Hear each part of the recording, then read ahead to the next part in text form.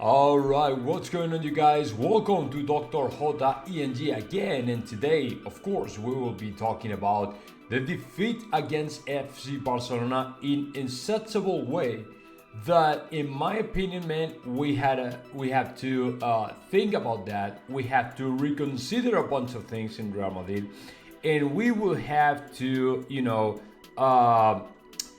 take in consideration different names and situations, man, that are not good for Real Madrid. And in terms of planning ahead, my opinion is Florentino Perez will have to think about all these factors that, in my opinion, are affecting and impacting in such a horrible way that are preventing us to become better. It's okay. I mean, you don't have to win everything every single year, right? That's absolutely okay. I mean, I really understand there are other teams who are or might be performing way better than yours, but man, the way we lost last night, it was in such a predictable way because everybody knew this was going to happen. It is not just about the ref mistakes and stuff. I mean, all that it's okay as well, right? I mean, it's not okay, but we cannot have that excuse every single time. We gotta analyze ourselves and see what's going on, right? We have to implement some self-criticism in order for us to know what's going on. And to me, man, on Friday, I was talking about it. I dedicate a whole video, right, to say why Karim Benzema shouldn't be there, why Toni Kroos and Luka Modric should have been on the bench against Liverpool to save more energy to play this game. I'm okay with both of them playing last night against FC Barcelona because it's the kind of type of game you want to have your best players. You want to have your more experienced players, right? And that's totally okay. However, if you utilize these guys, if you are overutilizing these guys every single time just because they give you some peace of mind or whatever, man, I don't think it's the best idea.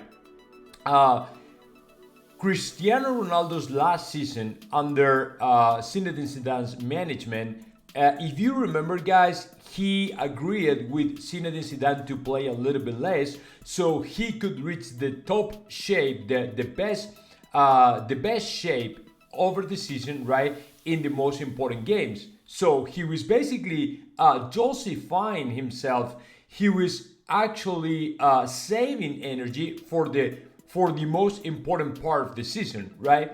However, these guys are playing absolutely everything. I mean, they're playing all the time. And that's why, man, I do not agree with Carlo Ancelotti in the way he's managing them, right? Especially in their years, because they are in their 30s, almost their 40s in the case of Luka Modric, and they've been overutilized over the last, during the last season, of course, and in the previous season and every single season, right? And we're abusing them. We're not using them. We're abusing them, right? So that is number one. Number two, man, if you are Real Madrid, if you are aspiring to achieve everything in the season, man, what you cannot do is to put players on the lineup that are not in the top shape. And that includes Karim Benzema. I know, guys, some of y'all do not agree with that, but Karim Benzema is not in the top shape anymore. Right now, Karim Benzema is going through hell, probably because of injuries, because of fatigue, muscle fatigue, whatever you want to call it, man. Aging, whatever it is, but he's not in the top shape. And it's nothing against Karim Benzema personally, but you gotta understand, when you play in Real Madrid, man, Carlo Ancelotti said the other day in the Belgian television, in regards to Eden Hazard, I'm not here to make friends. I'm not here to give minutes to each player, right? I'm just here for Real Madrid to win everything. Okay, perfect. I do okay. I'm okay with that. I do agree with that. However, How is that you are putting all the time to Karim Benzema when we all know he's not in the top shape? He's not ready to go. He's tired. He looks tired. He looks injured. He looks bad. He looks horrible, man. Why are you constantly putting him on the lineup when we all know he's not ready to play? Right? Yeah, you don't have any other choice. Well, let me disagree with you, man. You have other choices. You have Rodrigo Goes. You have Marco Asensio. You have. I know it's not great. It's not great, and this is not only the blame of Carlo Ancelotti. It's also the blame of Florentino Perez and the board members, man. You cannot have a team who tries to win everything every single year with this, 25 players not in the top of the world, like missing or lacking top scorers like Erling Haaland or players like Kylian Mbappe or even Vlahovic or whoever it is, man. You cannot be short on manpower. That's pretty basic stuff. When it comes to Real Madrid, man, you gotta have two the best players in the world or try, right? Right now, apparently, Carlo Ancelotti asked to Florentino Perez for these kind of players. And Florentino Perez said, just no. You already have players. And it was like, man, nuts. It's nuts. And I do understand the Carlo Ancelotti. That's why I don't want to say is the 100% of the blame, the 100% of the fault is for him. No, it's just not this. It's not just that. It's not just that. It's more complicated than that. But man, I prefer 100 times before to put a guy who is not able to do anything. 9 lost balls last night. 9 lost balls, no assists, no goals, no chances, nothing. And this has been repeating, right, constantly over the last months. He wasn't even ready before the World Cup, man. How is that we are still have to put the Karim Benzema in the lineup? There's no way. You know what I'm saying? So to me, man, we gotta think hard about that, because the way we are managing the team right now, I think that it's funny though, because I think that we are one of the favorite teams to win the Champions, but just because if we are facing off the English teams, my opinion is these Premier League teams are play really wide open, especially in defense, because they gotta go to win. And that's probably the only chance that we have, right? If they play wide open, I think that we have more chances to win than any Spanish team.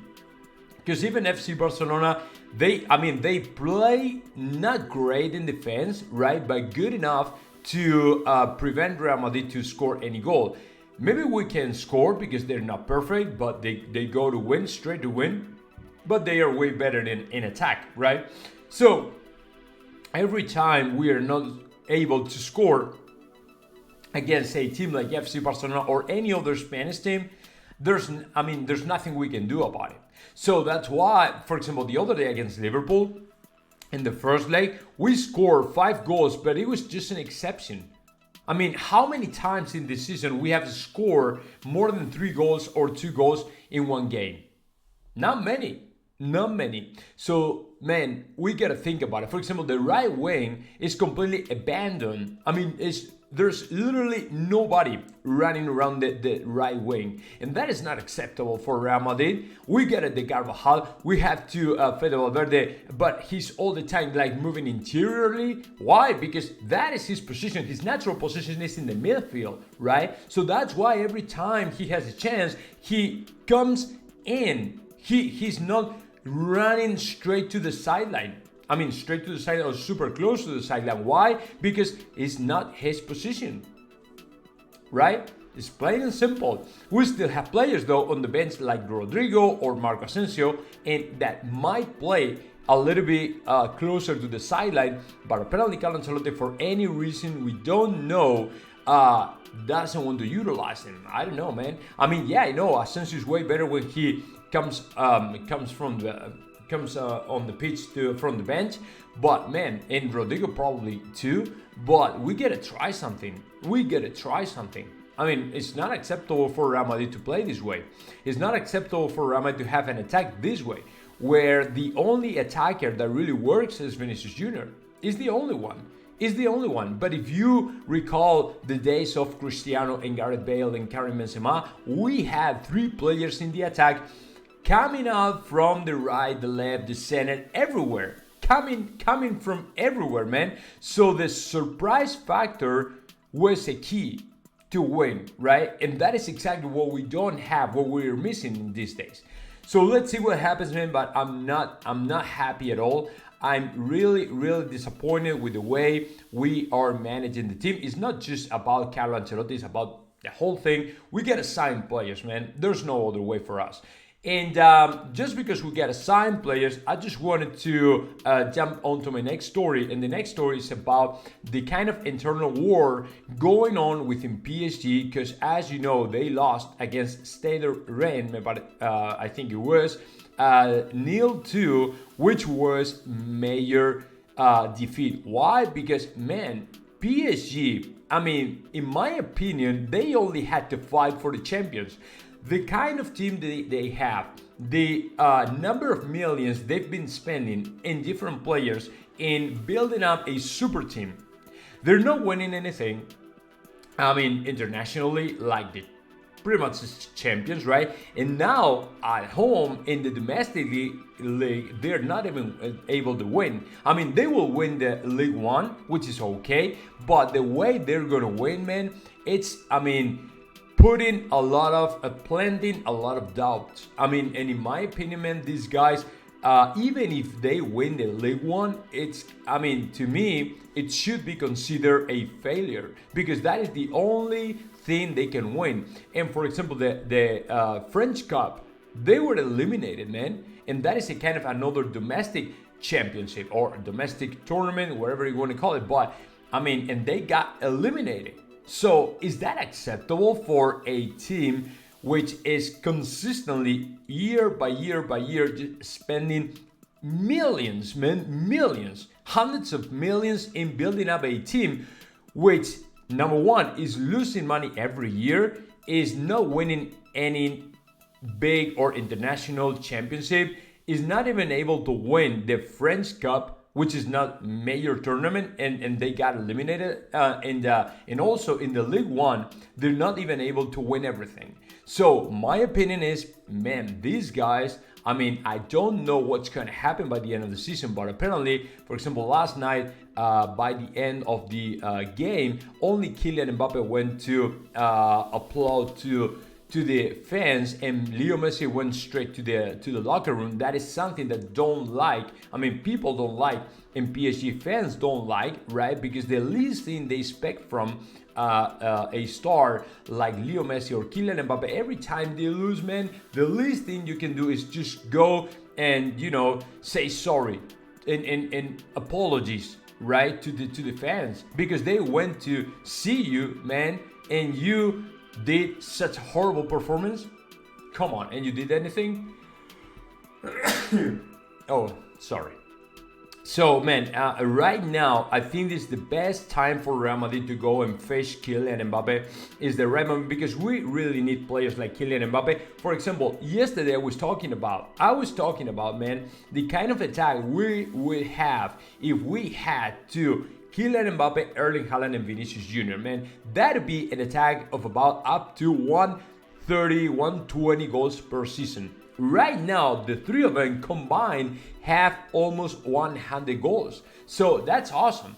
If you have the kind of attack, then you can call yourself like a big team or top elite team. Otherwise, man, I don't think so, but it's up to them. So let's see what happens with Real Madrid and PSG and all that.